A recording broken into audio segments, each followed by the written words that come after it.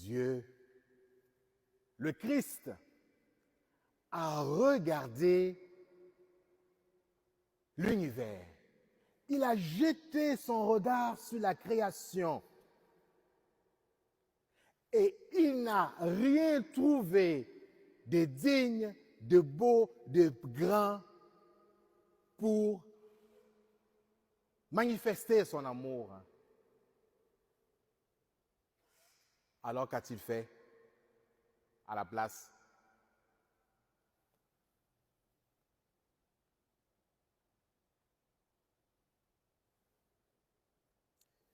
Une question suppose une réponse. Oui?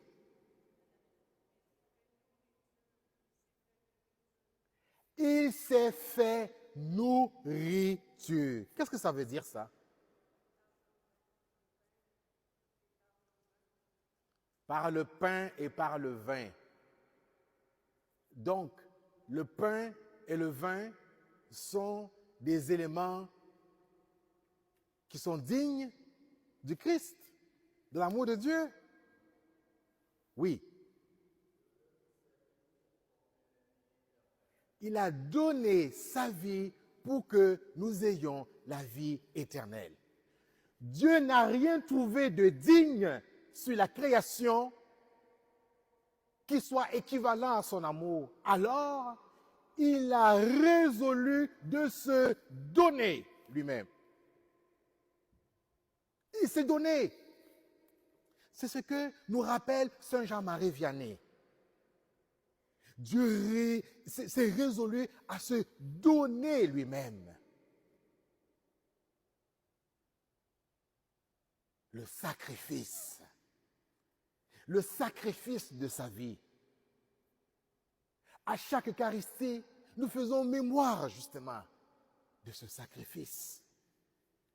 Et Saint Paul nous dit dans la deuxième lecture tirée de sa lettre aux Hébreux, le Christ là, le sacrifice là, il n'y a pas de plus grand que celui de sa vie, le don de sa vie. Alors, si cela est vrai pour nous, comment ça se fait donc que comme chrétiens, nous assistons au sacrifice eucharistique, à l'Eucharistie, mais on va faire d'autres sacrifices bizarres chez les marabouts, dans toutes sortes de divinités, dans tout genre d'hôtels modernes, archaïques et autres. Quel sens, quel sacrifice, l'unique, le seul, celui du Christ. Et à chaque Eucharistie, nous devons prendre conscience de cet amour infini, immense, grand de Dieu. Il n'y a pas de mots qui puissent décrire l'amour de Dieu pour nous. Dieu se donne dans nos mains de pécheurs. Il se donne. C'est nous qui mettons une barrière entre lui et nous par notre culpabilité, par nos désirs de vouloir être saints avant d'approcher le Christ. Non! Non. S'il se donne à nous, c'est pour nous relever. Ceci est mon corps. Ceci est mon sang. La nourriture pour la vie éternelle.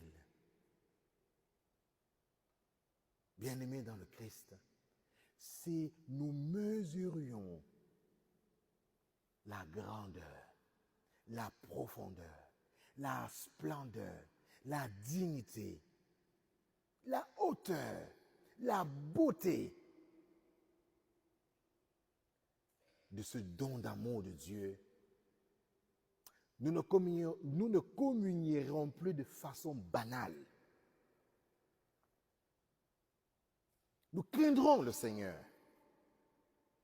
Nous n'approcherions plus de la table eucharistique en banalisant ce sacré, cette immensité de l'amour de Dieu. Qu'est-ce que cela suppose? Si nous mesurons justement la grandeur, la profondeur de cet amour de Dieu, alors là,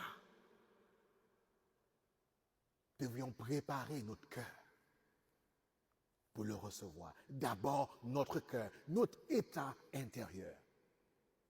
Voilà pourquoi le sacrement de la réconciliation est là. Voilà pourquoi l'examen de conscience est là.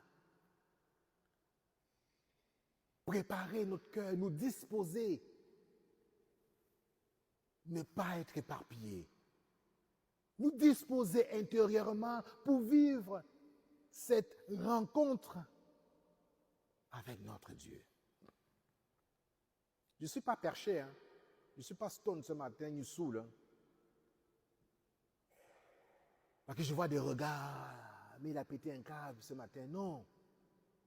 Bien-aimés dans le Christ, si nous mesurons justement l'immensité de l'amour de Dieu dans le pain et le vin, dans l'Eucharistie, dans le très saint sacrement, en plus de nous préparer intérieurement, extérieurement même, nous ne communierons pas de façon banale.